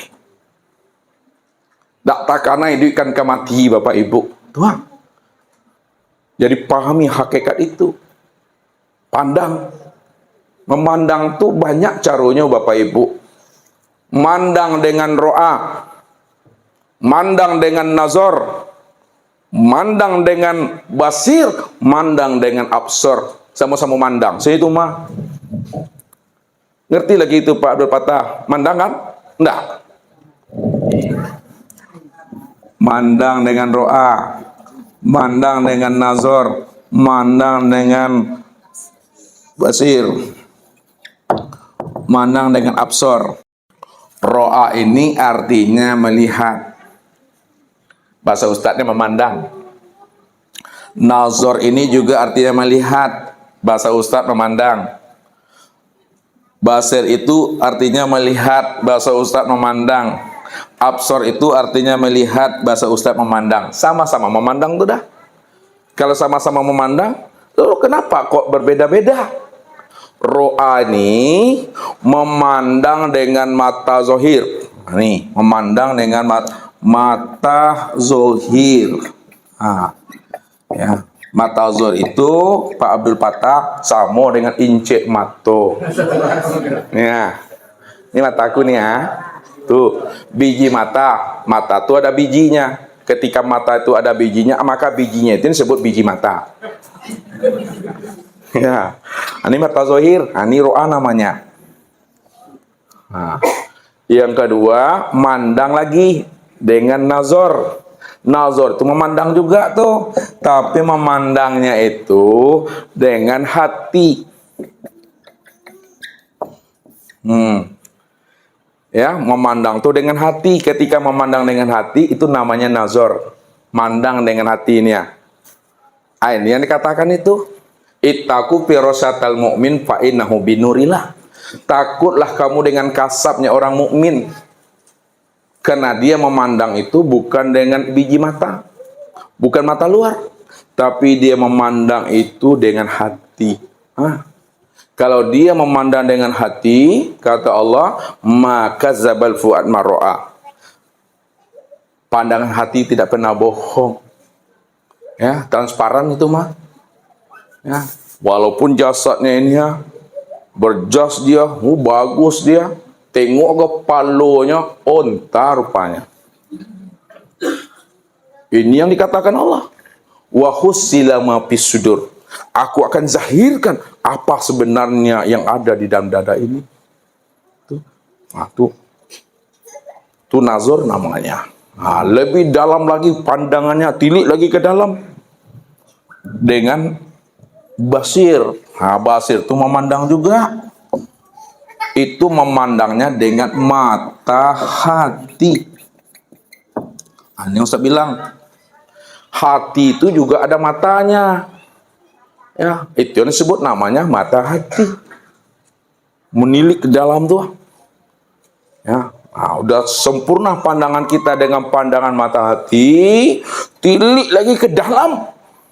Saya habis-habis pandang. Maka itu yang disebut namanya dengan absor. Absor itu memandang juga, tapi maksudnya memandang itu dengan hakikat mata hati. Itulah kesempurnaan pandang itu. Jadi memandang Allah itu Bapak Ibu dengan hakikat pandangan mata hati. Disitulah letaknya di Nabi katakan. Zohir Robi fi bani abdi. Nyatanya Allah itu, wujudnya Allah itu, zahirnya Allah itu, terangnya Allah itu. Apabila kamu memandangnya dengan pandangan hakikat mata hatimu. Itu yang disebut nama pandangan yang musyahadah. Itu yang dikatakan namanya pandangan yang mukasyafah. Pandangan yang putus. Kata Ustadz, alun dibuka matula nyatunya, alun dikaku ala tarasunya. Belum dihidupkan api itu udah nyata terangnya. Belum dipegang lagi Pak Abdul Fattah, udah terasa tuh. Ibu-ibu makan asam, bapak-bapak mengerinyam tuh. Boleh tahu mengerinyam? Melelelele udah wah. Bini ngida makan asamnya. Bapak ibu nak do makan asam gitu. Tapi terasa nasi kok. Peta-peta lidah wah. Tu maksud Ustaz tu. Pejam mata nampak Allah, buka mata nampak Allah, lalu nampak Allah. Kenapa? Yang buka, yang memandang, inyo itu. Cuma kalau dah paham kita, yang sebatang ni ini dia, yang songgok ni ini nih kalla lisanahu. Jangan disebut juga lagi. Maka cari yang nggak ada tuh, yang ada jangan dicari. Ngerti bahasa Ustaz tuh? Yang ada jangan dicari Bu. Yang ada jangan dicari-cari. Yang tidak ada itu yang dicari. Karena yang tidak ada itu yang sebenarnya. Asailah nak paham. Bingung aku. Lihat. Saya bukakan zahir batinnya. Ini bahasa zahir. Bahasa zahir. Bahasa batin. Kalau kita gunakan bahasa zahir batin atau bahasa syariat atau bahasa hakikat. Ini Ustadz mengajak Bapak Ibu berpikir. Ya. Mungkinkah segala yang ada ini, mungkinkah segala yang wujud ini berasal daripada tidak ada? Mungkin atau tidak? Ini secara ini nih ya, secara logikanya. Mungkinkah yang ada ini, yang wujud ini asalnya daripada tidak ada? Tidak mungkin. Nah, masuk akal tuh. Yang masuk akalnya yang bagaimana? Bahwa yang ada ini berasal dari yang ada. Tak mungkinlah yang ada ini berasal dari tidak ada. Tetap yang ada itu berasal dari yang ada. Berarti selama ini Ustaz salah. Ustaz mengatakan bahwa segala yang ada, segala yang wujud berasal daripada tidak ada. Padahal logika mengatakan tak mungkin. Masa yang ada ini berasal dari tidak ada? Yang ada ini tetap asalnya dari yang ada. Kedua-duanya benar. Cuma cara memandangnya Bapak Ibu. Ada memandang secara zahir, ada memandang secara batin. Ada memandang secara syariat, ada memandang secara hakikat. Ada memandang dengan pandangan mata zahir, ada memandang dengan pandangan hakikat mata hati. Kita lihat, ya, karena ilmu data buka tentu Ustaz jabarkan Bapak Ibu, kalau tidak kan berbahaya. Ya kan? Bapak Ibu pulang dari sini mesti mantap pahamnya, bukan ragu. Secara pandangan zahir, ya, secara pandang zahir nih, bahwa segala yang ada, segala yang wujud tetap asalnya dari yang ada. Yang ada itu yang si maha ada. Yang si maha ada itu Tuhan. Namanya Allah. Tuhan itu statusnya tuh. Ya. Segala yang ada ini berasal dari yang ada. Yang ada itu ya Allah. Makanya Allah tadi wajibal wujud. Itu secara zahir, secara pandangan syariat.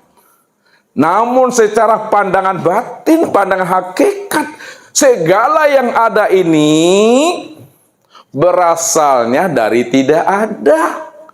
Dan yang tidak ada itulah wujud yang sebenar ada. Baru yang hakikat itu disembunyikan dia. Yang hakikat itu disembunyikan. Maka disitulah Ustaz katakan, segala yang ada hakikatnya tidak ada.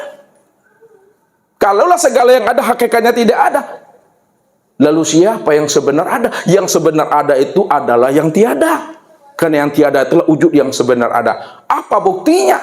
Yang tiada itu wujud yang sebenar ada. Karena dari yang tiada itulah munculnya segala yang ada itu. Lihat, agak tinggi stek Bapak Ibu. Ya, agak tinggi tanda stek. Nol. Dibuat nol tuh. Dari nol muncul ini. Angka berapa nih? 1. Lihat. Secara zohir. Zohir. Secara zohir, angka 1 ini ada atau tidak? Ada. Secara zohir ada dia. Namun secara hakikat, walaupun secara zohir angka 1 itu ada, namun secara hakikat angka 1 itu sebenarnya tidak ada. Kenapa angka 1 itu sebenarnya tidak ada? Karena angka 1 itu terbit asalnya daripada nolnya, yang tiadanya. Kalaulah angka 1 itu terbit, mencurat dia dari nol nih, keluar dari nol itu, terbitnya dari nol itu, asalnya daripada nol itu, maka nol inilah wujud yang sebenar ada. Jadi kosong jangan dibilang tiada. Kosong itulah yang sebenar-benar ada, namun dia belum bisa dikenal. Ya. Dari 0 dengan 1, mana yang sebenar ada? 0. Berputar cara berpikir Bapak Ibu tuh. Makanya Ustaz bilang cari yang nggak ada tuh, yang tak ada tuh dicari Pak Abdul Fattah. Karena yang tidak ada itu yang sebenar ada. Karena dari tidak ada itu munculnya angka 1. Kalau dah 0 ini yang sebenar ada, maka angka 1 ini apa bagi 0? Kenyataan daripada tiada. Kenyataan daripada tiada. Karena yang angka 1 itulah sebenar-benarnya yang tiada itu. Jadi yang tiada itu jangan dicari lagi. Yang adoso lah yang diabian.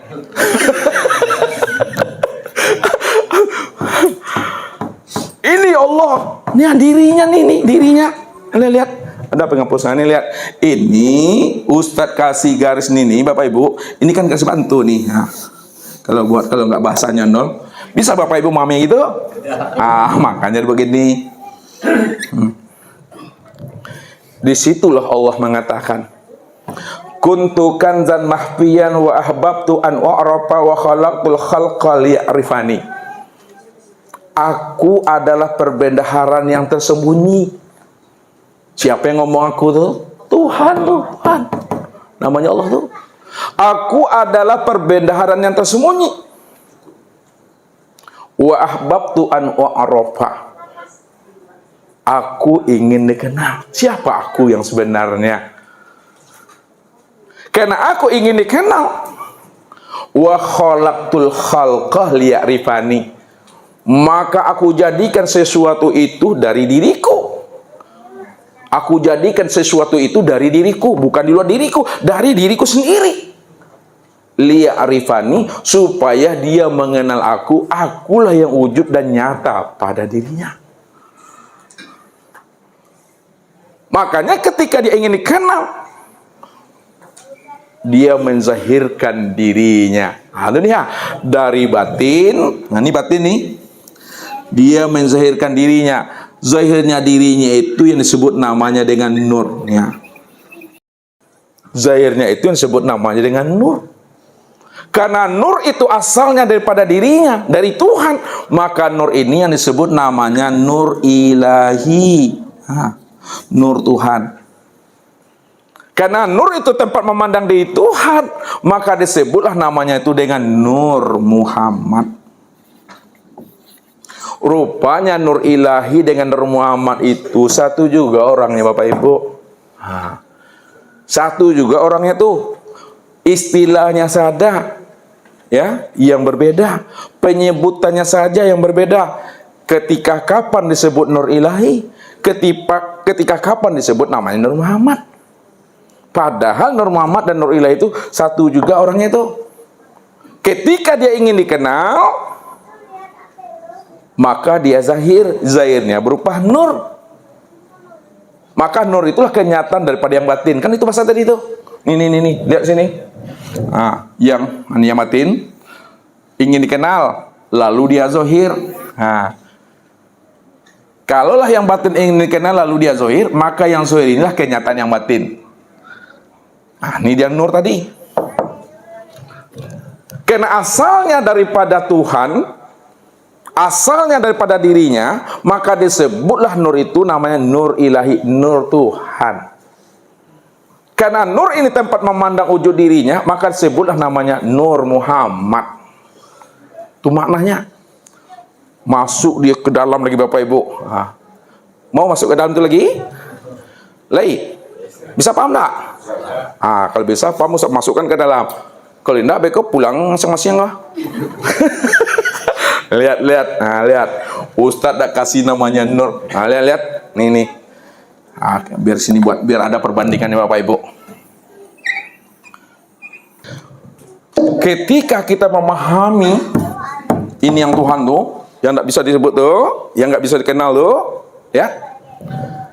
Dirinya ini, nih lihat, yang kosong nih, maksud Ustaznya yang kosong yang tiada nih, yang kosong nih, yang tiada itulah yang dirinya, dan yang tiada itu pula lah yang disebut wujud dirinya. Tidak ada bahasa nur di situ tuh. Yang tiada itu yang dirinya, yang tiada itu pula lah wujud dirinya. Itu yang Ustaz maksud kosong dalam ketiadaan. Jadi kosong dalam ketiadaan itu betul-betul tidak bisa disebut. Kalau disebut itu bukan dia, udah bersifat dia tuh. Maka disitulah dikatakan bahasanya Allah itu sifat namun tiada bersifat. Nah, dengar bahasa Ustaz lagi, baik, agak tinggi sedikit. Allah itu, Allah ini sifat, namun tiada bersifat. Tiada bersifat. Kenapa dikatakan Allah itu sifat, namun tiada bersifat? Allah itu dikatakan sifat karena dia disebut, karena dia diutarakan, karena dia ada hurufnya, ada lapasnya, ada suaranya. Kalau dia berhuruf, bersuara, berlapas, dibunyikan, dia itu udah bersifat. Walaupun bersifat Bapak Ibu, karena dibunyikan, dilapaskan, namun hakikatnya tiada bersifat. Paham tuh? Kalau memang paham, Ustaz tanya dulu, yang dari Malaysia ada? Ada sini yang dari Malaysia? Halo. Mana ibu kita? Halo ibu. Nih, ini isi Pak Datuk nih. Negeri Sembilan. Ya. Baik kumbu. Itu sekampung waktu bu. Ustaz mau nanya ibu-ibu. Ya. Walaupun ibu yang ditunjuk sendiri, namun mewakili ibu-ibu yang lain. Kalau nggak dapat, nanti boleh yang lain. Kalau nggak juga dapat, tak boleh pulang ke Malaysia. Kapan Allah itu? Ustaz ulangi lagi dari awal. Ulang lagi. Kalau tidak diulang, langsung Ustaz bertanya. Kapan Allah itu dikatakan tiada bersifat? Jawab ibu. Kapan Allah itu dikatakan tiada bersifat? Halo ibu, bantu. Bila dia tidak disebut. Alhamdulillah, dah boleh pulang ibu nanti dah lah. Itu maknanya lah sautun wala harfun. Allah itu tak boleh disebut-sebut. Kalau disebut itu bukan Allah. Bersifat dia. Tak ada kata, tak ada suara. Yang sila Bapak Ibu. Makanya nanti Bapak Ibu pulang sama-sama diam sila. Baru tidak bersifat dia. Ya. Ini Ustaz ulang lagi. Ini dari awal. Nah, nih, lihat ya. Allah itu sifat namun tiada bersifat. Kenapa Allah itu dikatakan sifat namun tiada bersifat? Dia dikatakan sifat karena disebut. Karena butuh suara, butuh lafal, ya, butuh kata, butuh asma. Ketika dia butuh kata, butuh lafal, butuh suara, maka dikatakan dia bersifat. Walaupun dia bersifat, nah ini merasanya, nih makanya dinoi kita Ustaz. Walaupun Allah itu bersifat, namun dia tiada bersifat. Bisa dipahami itu? Ya, jadi dengan rasa ngambilnya Bapak Ibu. Rasa tak bisa menipu tuh. Ya kan? Rasa tak bisa nipu tuh. Lalu kapan Allah itu tiada bersifat? Nah, dijawab oleh Bu kita tadi ini ya. Terima kasih Bu, mewakili yang lain. Nah, jadi pulang nanti diam-diam aja lah. Jadi Allah itu dikatakan tiada bersifat ketika tak disebut lagi. Makanya heningkan akal pikir, heningkan lisan liha, heningkan hati, heningkan rasa. Udah paham, sadar. Saya sadar-sadarnya. Nih dia tuh. Apa juga lagi? Itu dia yang tiada bersifat. Maka, nah, lihat kajiannya kesimpulan lagi. Karena dia tiada bersifat, lalu bagaimana kita menzahirkan akan dirinya? Ya, maka butuh kalam, butuh kata, ya, butuh suara, butuh asma. Nah, untuk mengenalkan dan menzahirkan akan dirinya yang kosong nih. Maka disitulah kata Ustadz, yang tiada itu yang dirinya, dan yang tiada itulah wujud dirinya. Situ letaknya itu Ahmad Tuhan, Allah Muhammad. Allah Muhammad itu ya aku. Aku itu yang mana? Ya aku itu ya aku. Mana ya aku? Ya aku. Nih. Yang kosong tuh bukan kata-kata kosong tuh Bapak Ibu. Apakah kata-kata kosong itu yang dia? Tidak, itu bersifat lagi. Jadi bagaimana Ustaz? Di balik yang kosong tuh yang dia. Apakah di balik yang kosong itu dia? Enggak tuh. Allah itu di balik sebalik yang kosong itu. Itu yang Allah tuh. Benar tuh Ustaz, Allah tuh di balik kosong yang kosong tuh bukan. Allah itu hakikat di balik kosong, di kosong itu atau dia. Betul tuh Ustaz? Bukan tuh. Allah itu rahasia hakikat kosong di balik yang kosong itu. Dia betul tuh, belum. Gila aku, tercengang-cengang aku. Makanya supaya tidak gila, jangan disebut aku. Kalau disebut aku, gila kamu nanti. Makanya ada orang memberi namanya anaknya Allah. Enggak. Kalau diberi anak Allah, namanya Allah, maka berilah awalnya itu Abdullah, hamba Allah. Hamba Allah itu dalam bahasa syariat, dalam bahasa tarikatnya hamba Allah itu apa? Cermin Allah.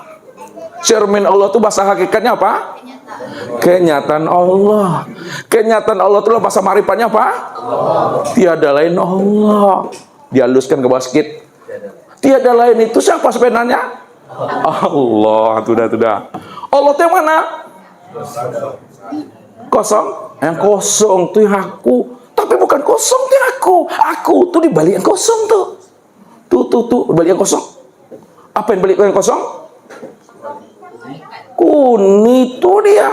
Tapi bukan kuni. Allah tuh di balik yang kuni, bil kuni. Allah itu bukan di balik bil kuni itu. Allah itu di balik bil kuni itu. Sampai Bapak Ibu itu la sautun wala harfun, capek aku. Itulah dia tuh Tuhan tuh yang membuat letih ini yang membuat tak bisa berpikir lagi. Itu yang aku tuh. Sadarilah tuh. Makanya ketika Bapak Ibu cerita Allah, kenallah kita nama yang kita sebut tuh. Beko jangan seperti ikan mencari air juga beko tuh mah. Nama dengan diri yang punya nama itu satu dia, Esa dia. Contoh, ini saya contoh nih ibu-ibu nih gini Nama dengan diri yang punya nama itu Esa. Coba sebut namanya Bu Spidol. Halo Ibu Spidol. Ini orangnya atau yang ini. Sebelah kanan. Berarti setiap nama ada orangnya. Nih, disebut spidolnya orangnya nih. Coba Rasid sebut Mik. Ini yang Mik tuh Rasid, atau yang ini, atau yang ini. Ini berarti disebut Mik. Nampak orangnya langsung, ya. Karena diri itu, ya, tidak pernah berpisah dengan nama. Nama itu tak pernah pula berpisah dengan dirinya. Tak mungkin ada namanya tak ada dirinya. Dirinya lebih dahulu ada, baru ada namanya. Sebut dirinya, nampak namanya. Sebut namanya, nampak dirinya. Begitu memandang Allah tuh. Coba sebut Allah Pak Abdul Fattah. Allah. Kuwes teh. Allah. Kuat. Allah. Mana orangnya? Yang mana? Mana nih? Itu dadaku tuh. Yang mana? Kiha.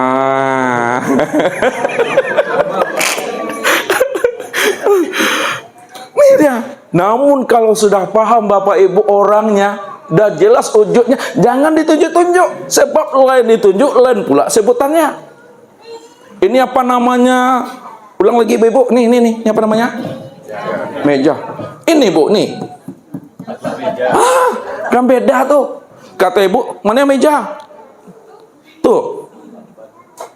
Kok meja kok? Berarti cukup dipahami. Kalau udah paham kita, yang Allah itu yang sebenar wujud, yang Allah itu sebenarnya yang nyata, Allah itu sebenarnya yang terang, dan segala yang wujud secara yang terang, segala yang nyata, itulah nyatanya Allah. Maka jangan ditunjuk-tunjuk lagi, jangan dijelas-jelaskan lagi. Barang yang sudah jelas dijelaskan juga makin kabur dia, makin tak jelas dia. Udah jelas nih Mik, yang mana nih Ustaz Mik? Ini Ustaz, ini Messi ini. Jadi kalau udah jelas ini Mik, jangan ditunjuk-tunjuk juga lagi. Makin ditunjuk makin tak jelas. Ini Ustaz, ini. Jadi cukup dipahami. Makanya Allah itu tak bisa dijangkau dengan akal, tak bisa dijangkau dengan kata-kata. Walaupun tak bisa dijangkau dengan akal dan kata-kata, namun pahamilah, ambillah hikmah dan iktibar di balik kata-kata itu. Ambil hikmah dan iktibar di balik yang dipahami itu. Sehingga kita paham. Yang kita pikirkan adalah diri sendiri. Diri sendiri inilah diri yang sebenar-benarnya yang kita cari selama ini. Namun diri sendiri bukanlah diri Bapak Ibu. Diri Bapak Ibu itulah kenyataan diri aku. Diri akulah sebenar-benarnya yang ada ini. Tidak ada diri siapa-siapa. Ada paham kita bahasa Tuhan kayak gitu, itulah diam dah tuh dah. Banyak senyum, banyak urut-urut dada tuh dia. Kalau Bapak Ibu sudah mengenal Allah, buktikanlah nanti. Kalau kamu sudah mengenal aku, kata Allah, buktikanlah bahwa kamu sudah mengenal aku. Nampak tak sabarnya? Nampak tak ikhlasnya? Kelihatan tak takwanya? Kelihatan tak sifat qanaahnya? Kelihatan tak sifat penyayangnya, Pak Ibu ya? Tapi kalau kamu mengatakan diri kamu sudah mengenal aku, tapi kamu masih marah-marah juga, belum lagi itu. Kamu mengenal aku hanya sebatas permainan kata, bergelut-gelut di bibir. Allah itu bukan di sini letaknya. Allah itu dalam pemahaman. Buktikanlah itu. Siapa yang mengatakan dirinya telah ma'rifat, buktikanlah bahwa diri kamu ma'rifat. Aku ingin lihat, kata Tuhan. Siapa yang dirinya telah mengatakan dirinya beriman, buktikan bahwa diri kamu beriman. Aku ingin lihat. Siapa yang mengatakan dirinya telah sabar dan ikhlas, buktikanlah bahwa diri kamu itu sabar dan ikhlas. Aku ingin lihat, kata Allah. Karena setiap ilmu yang Bapak Ibu pelajari, setelah Bapak Ibu paham dengan ilmu yang dipelajari itu, maka ilmu itu dengan sendirinya menuntut untuk diamalkan. Inilah kuncinya Nabi katakan, man amila bila ilmin warasallahu ilma ma lam ya'lam.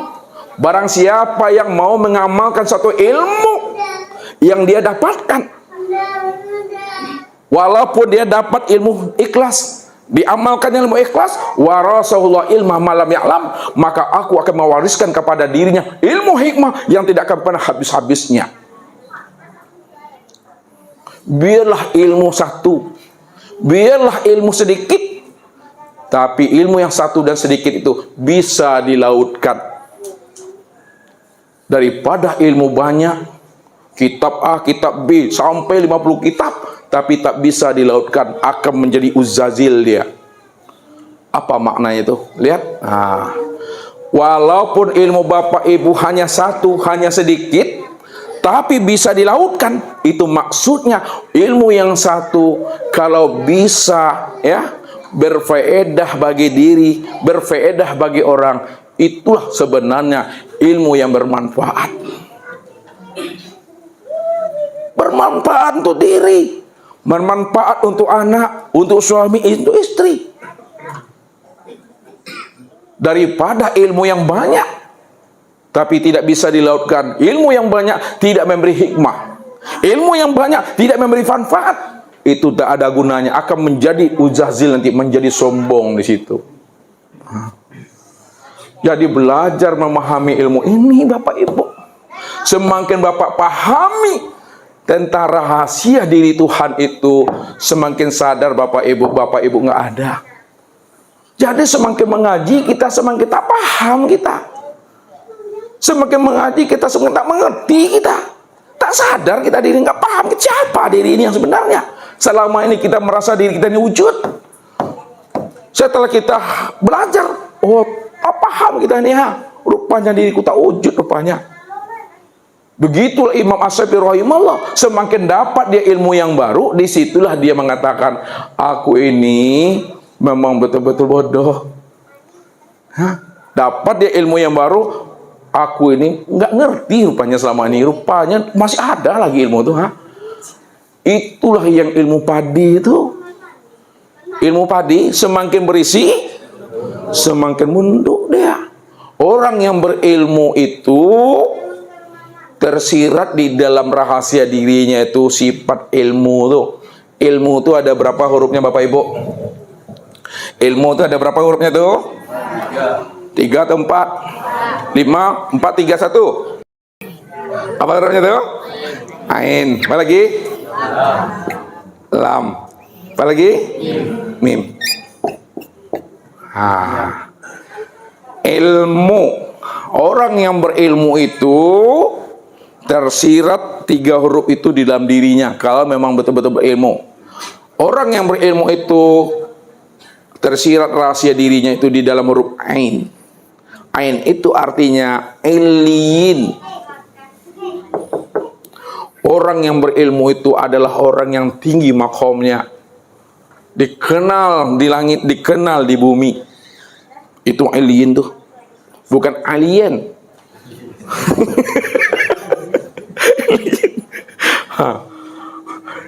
Yang kedua lam.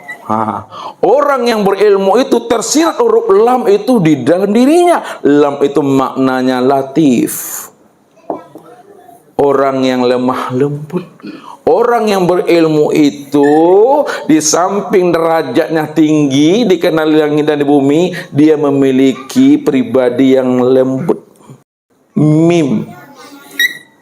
Orang yang berilmu itu tersirat huruf mim itu di dalam dirinya. Mim itu artinya malik. Orang yang berilmu itu mampu dia menjadi imam mahdi bagi dirinya dan keluarganya. Itu dia sebenarnya. Kalau kurang salah satu dari yang 3 ini, ya, belum dikatakan berilmu dia. Kalau dikatakan berilmu secara zohirnya, tapi tidak ada patinya, tak ada hikmahnya. Karena di ilmu yang sebenar-benar ilmu itu mampu menyelamatkan diri ini dunia wal akhirat. Tahu yang zahir, tahu yang batin, tahu yang sah, tahu yang batal, tahu syarat, tahu rukun.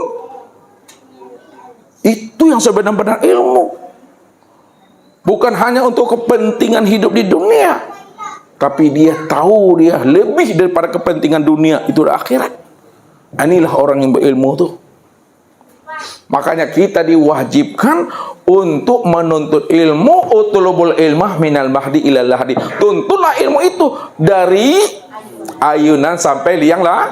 Maksudnya dari ayunan liang lah itu, tuntut ilmu itu sampai mati, bukan sampai tua, bukan sampai bercucu, bukan sampai beruban, bukan sampai makrifat.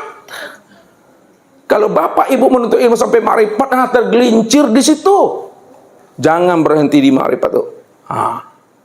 Tuntut ilmu tuh sampai mati. Maksudnya banguk juga baru masih keluar juga nih ya, turun naik napasnya, wajib untuk ilmu tuh. Kenapa wajib? Karena yang menentukan takdir bapak ibu, husnul khotimah atau sul khotimah adalah akhir kesudahan ilmu itu. Akhir kesudahan ilmu itu betul-betul sudah sempurna menyaksikan si ilmu itu sebenarnya. Ilmu apa artinya? Mengetahui. Siapa yang mengetahui itu? Allah. Tuh dia tuh. Makanya kalau kita sudah paham yang mengetahui itu Allah, disitulah dikatakan Allah itu maha alim. Orang yang dapat ilmu dari diri yang maha alim. Nah, lihat di ujung-ujung kadinya Bapak Ibu. Orang yang dapat ilmu dari diri yang maha alim, maka disitulah disebut namanya orang yang telah berilmu. Kenapa? Karena ilmunya itu dapat daripada diri yang maha alim. Ketika dia telah disebut orang yang berilmu, karena dia mendapatkan ilmu itu daripada yang maha alim, maka orang yang berilmu itu yang disebut namanya ulama. Ulama. Ulama itu adalah orang yang berilmu karena ilmunya langsung daripada yang maha alim. Ulama itulah yang pandai membaca alam. Alam. Apa itu alam? Alam itu adalah alamat untuk mengenal dan menemui aku. Siapa yang ingin berjumpa dengan aku, maka kenalilah alamat aku. Alamat aku sudah aku tanamkan di dalam dirimu, maka carilah alamat aku itu pada dirimu. Wa fi anfusikum apalah tubsirun. Kenapa tidak kamu pikirkan itu, kata Allah. Sanurihim ayatina fil afaq wa fi anfusihim hatta yatabayyana lahum annahul haq. Kami telah memperlihatkan alamat kami, tanda-tanda wujud kezahiran kami, nyata pada sekalian alam, nyata pada dirimu. Hatta yatabayyana lahum annahul haq, sehingga kamu benar-benar nyata-nyata sejelas-jelasnya kamu bisa melihat alamat aku yang sudah wujud pada dirimu. Tinggal kamu iqra saja lagi. Tinggal baca lagi. Bacalah aku pada dirimu, karena aku sudah nyata pada dirimu tuh. Wa fi anfusikum apalah tubsirun, kata Allah. Maka orang yang sudah pandai membaca alam, alamat diri Tuhan pada dirinya, disinilah Allah mengatakan innama yahsallaha min ibadi al ulama. Sesungguhnya orang yang paling takut kepada Allah dari hambaku adalah ulama. Kenapa? Ulama itulah yang mampu mengenal akan wujud diriku yang sudah nyata pada dirinya. Kalau aku sudah wujud nyata pada dirinya, akulah asma wa aroh. Aku mendengar apa yang terbetik dalam hatinya. Aku juga mendengar apa yang menjadi rahasia dirinya. Wa aroh. Aku juga melihat apa yang diperbuatnya. Wa kafa billahi syahidah. Aku yang menjadi saksinya, kata Tuhan. Rupanya tubuh inilah saksi nyatanya aku. Kulit inilah saksi bagi diriku. Daging ini adalah bukti saksi bagi diriku. Urat, tulang, daging, semuanya saksi. Mata ini saksi bagi diriku. Pendengaran saksi bagi diriku. Itulah maknanya firman Allah, wa huwa ma'akum aina ma kuntum. Apa terjemahnya tuh? Wa huwa ma'akum aina ma kuntum. Dia berserta kamu di mana saja kamu berada. Itu terjemahnya. Dia berserta kamu. Wa huwa ma'akum aina ma kuntum. Dianya Allah berserta kamu di mana saja kamu berada. Ambil dengan rasa. Bagaimana cara mengambil dengan rasa? Di mana kamu ada, di situ ada aku. Itu maksudnya. Di mana ada kamu, di situ ada aku. Kalau kita sudah bisa memahami di mana ada kamu, di situ ada aku, disitulah kehadiran Allah itu menjadi saksi dari setiap apa yang kita lakukan. Wala ta'maluna min amalin illa kunna 'alaikum syuhuda.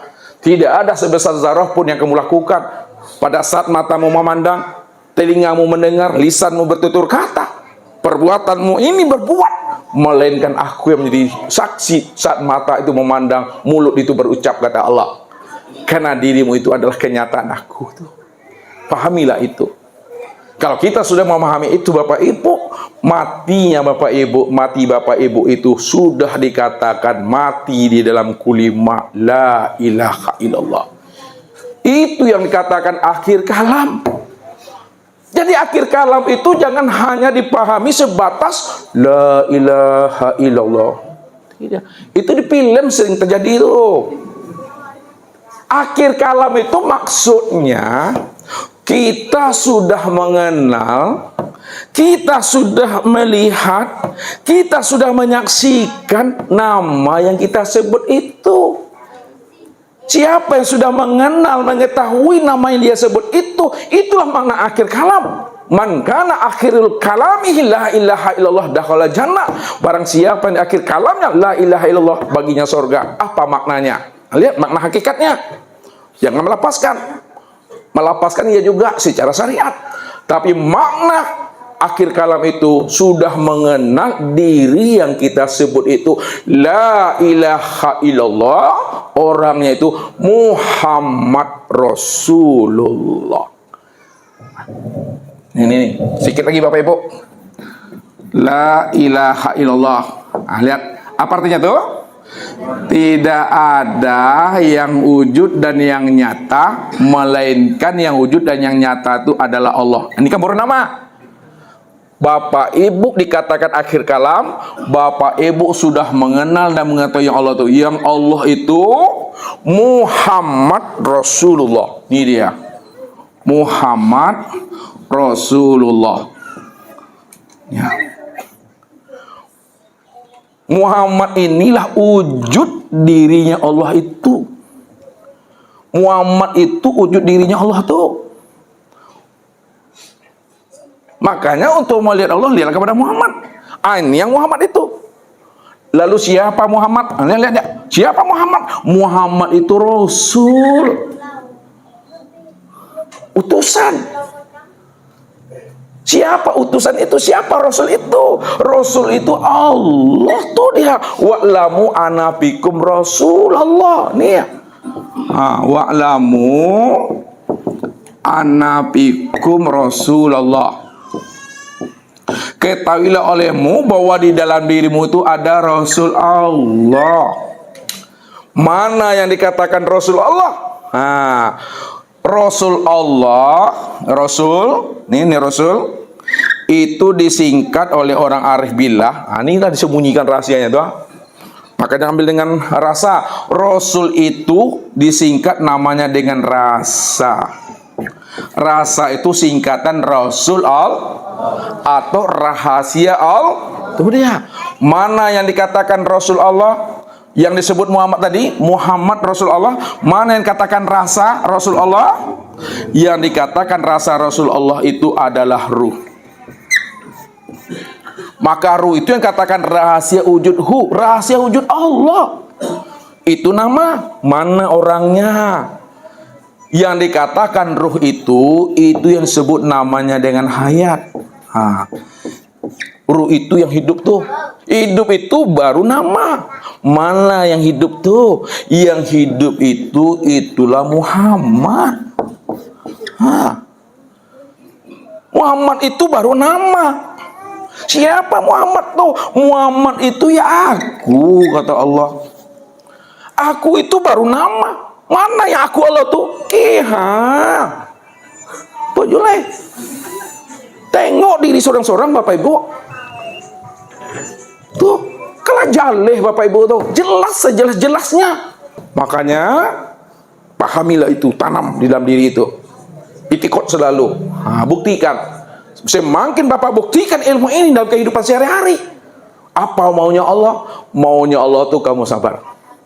Maunya Allah tuh kamu ikhlas. Maunya Allah tuh kamu tawakal. Maunya kamu Allah tuh husnuzan. Maunya Allah tuh istiqomah. Kan itu Allah bilang. Ittaqullaha wa aminu bi rasuli yu'tikum kiflaini min rahmatihi. Benar-benarlah kamu takwa kepada aku dan beriman kepada Rasulku. Apa maksudnya? Benar-benarlah kamu itu patuh kepada aku. Yakin kamu dengan Rasulku, tubuhku, diriku, wujudku. Yu'tikum kiflaini min rahmatihi. Aku beri kamu dua rahmat dalam hidup ini, zahir dan batin. Itulah kesempurnaan rahasia nikmat Allah yang Allah curahkan kepada diri Bapak Ibu. Wa asbagu alaikum ni'amahu zahiratan wal batina. Aku dah sempurnakan nikmat aku kepada dirimu, zahir dan batin. Sempurna pada diri Bapak Ibu ini. Jadi orang-orang yang telah diberikan Allah hidayah dan petunjuk, disitulah dia paham dan mengerti nikmat yang sempurna zahir dan batin itu tiada lain adalah pengenalan diri kepada Allah dan Muhammad yang sudah nyata sempurnanya menjadi insan. Billahi taufiq wal hidayah. Wassalamualaikum warahmatullahi wabarakatuh. Waalaikumsalam.